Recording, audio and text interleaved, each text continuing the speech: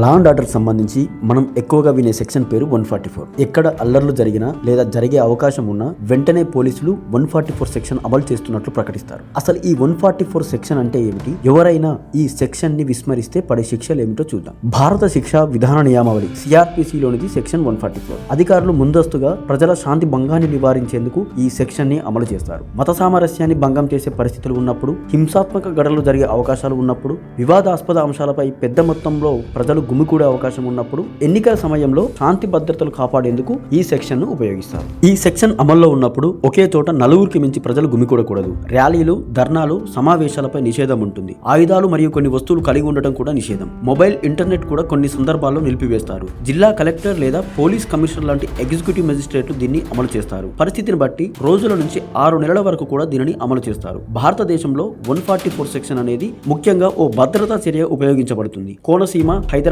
కాశ్మీర్ లాంటి ప్రాంతాల్లో 144 సెక్షన్ గతంలో అనేక సార్లు అమలయ్యింది. బిఎన్ఎస్ సెక్షన్ 188, 269/270, 141, 143, 147 కింద కేసులు నమోదవుతాయి. ఒకవేళ నేరం రుజువైతే నెల నుంచి 2 సంవత్సరాల వరకు జైలు శిక్ష, గరిష్టంగా 1000 రూపాయల వరకు జరిమానా పడుతుంది. 144 సెక్షన్ కింద కేసులు నమోదైతే ఏ సెక్షన్ కింద నమోదైనా ఇవన్నీ కూడా బెయిలబుల్ గానే ఉంటాయి. ఒకప్పటితో పోలిస్తే ఇప్పుడు చాలా తక్కువ సందర్భాల్లో మాత్రమే 144 సెక్షన్ ను ఉపయోగిస్తున్నారు.